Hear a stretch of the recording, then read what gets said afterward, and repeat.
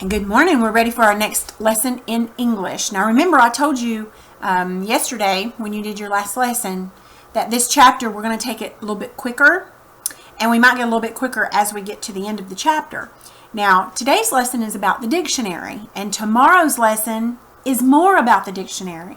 So when I looked at it, I said, oh, we can just combine all of those. And I thought, I'm not so sure, because I think this is a young person that is very familiar probably with Siri or Google or Alexa, and maybe not as familiar with a paper dictionary. So I want to show you something. Hold on just a second.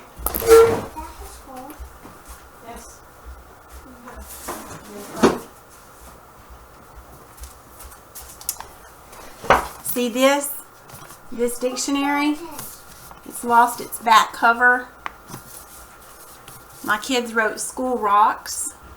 Look at the binding. It's all torn up. It's been written on. Can you see all of that? This dictionary has been in my family since probably for 18 years or so. And almost all of my children, well, actually all of my children, except my little ones who haven't yet come to the dictionary, have used it. And when I started homeschooling, we had the internet, but it wasn't used like it is today. You had to use your phone line and log on that way. So anyway, so let's go ahead and do this page and study a little bit about the dictionary. And then we're going to study a little bit about more of it tomorrow. But now you might be asking, well, this is dumb because I only have to ask Alexa or Google or just look it up. I mean, I have the internet, right? You have dictionary.com. Well, yes, that is very true. But the same thing is true about calculators.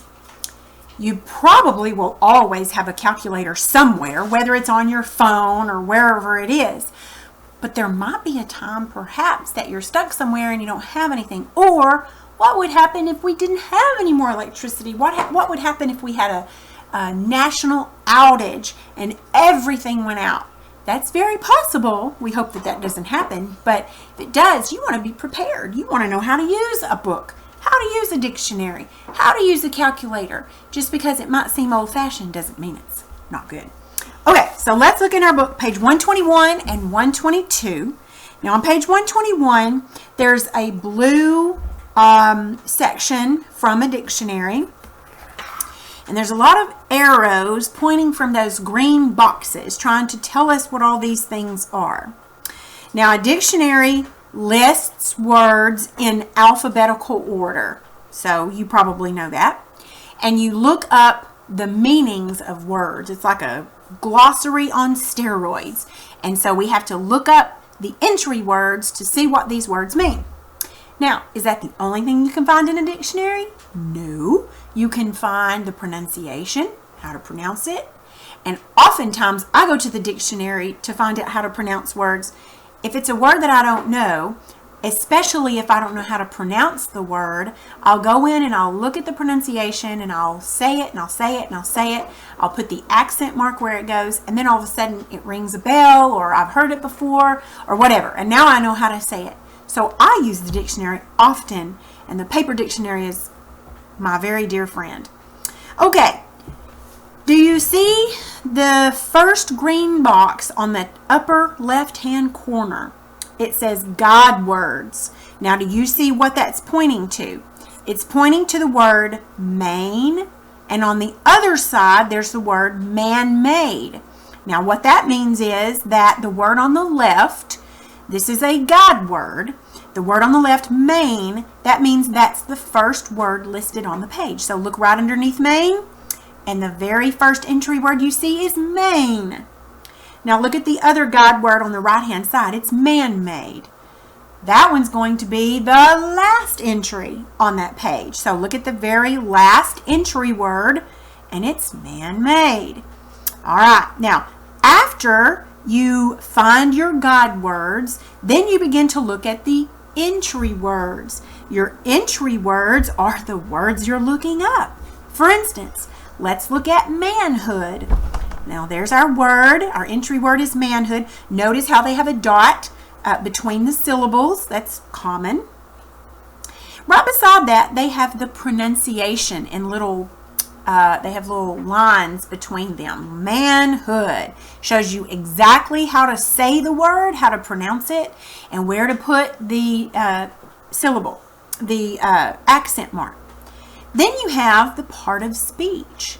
Is it a noun? Is it a verb? Is it an adjective? Is it an adverb? Is it a pronoun? So in this case, manhood is a noun. Now, I want to show you something. Do you see the number 1 and then down a little bit you see the number 2? That's telling us that the word manhood has 2 meanings. The first meaning is the time or condition of being a grown man. Now, right after that, that's the definition. That tells us what it means. Right after the definition, they give what's called a sample sentence.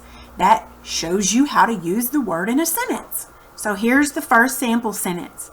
He plans to do many things when he reaches manhood. See how it's written in italics? That's the sample sentence. Now the second definition is where the number 2 shows. The qualities that are expected of an adult man. Courage and strength. And here's the sample sentence for that definition. The young Indian braves had to prove their manhood by bringing home deer for food. All right. So, look at the very bottom of the page. There's a big purple box. There you have a pronunciation key. In that key, it shows you what each of those syllables, how they're pronounced. So that if you don't know what it means, you can look down and see, well, what does that symbol mean? And it'll show you how that symbol sounds. Then you can look back up at the pronunciation and you'll know how to spell it, or how to say it. All right, so those are the parts of a dictionary. So let's see if we can do our work text page. Look at page 122. It says the dictionary at the top. On the left side, all the way down, is a sample dictionary page. So your 2 guide words at the top are preparation and prevail. Now remember, that means that preparation will be the first entry word, which it is. And that means prevail will be the last one on this page. And the reason we don't see it is because it's not going all the way down. But it would be the last one on that page. But there's not enough room to put all of it. All right, there's 8 questions. Let's see if we can answer these, okay? Number 1, which word best completes this sentence? The doctor will blank medicine to treat my cold. It's either going to be prescribe or pretend. Prescribe. I know that's what you said. Number 2, the E in prepare sounds like the E in prescribe or presence. Prescribe again. Okay, number 3. What should you do to get ready for a big test? Prepare, not pretend. All right, I'd like for you to pause this and answer the next 5 questions. Turn it back on and we'll see if you got them all right.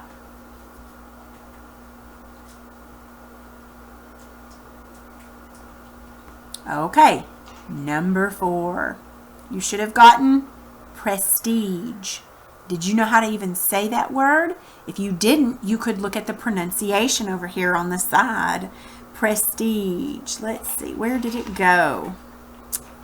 I don't even see the word. Prescribe, prescription, presence, precedent, pretzel. That's not on this page. Well, how do you expect to get that? I'm not so sure why they don't have that word on here. That's got me all mixed up. Well, it's prestige. I apologize. I don't know why they don't have it on this page. Number 5. How would you spell the plural of pretzel? It would be the second one. You would just add an S to it. And that tells you that right down here at the bottom of that entry page where it says pretzels. You would just add an S to make it plural. Number 6. Which definition of president is used in this sentence? The president of the company lives nearby. Would it be the first or the second? Did you put the second definition? That's the one it should be. Number 7. How would you spell the word that describes a child before he enters elementary school? It would be the second one. You don't put a K in it. And how many syllables are in the word preparation? Did you put 4? That should be 4. Now, if you feel like you missed too many of those, it may be due to the fact that they've given us a very weird page to go by. But if you feel like you might need a little bit more practice, could you send me a message? And that way I can send you another page to do. Just let me know if you had any trouble on that, okay? And that's all for today.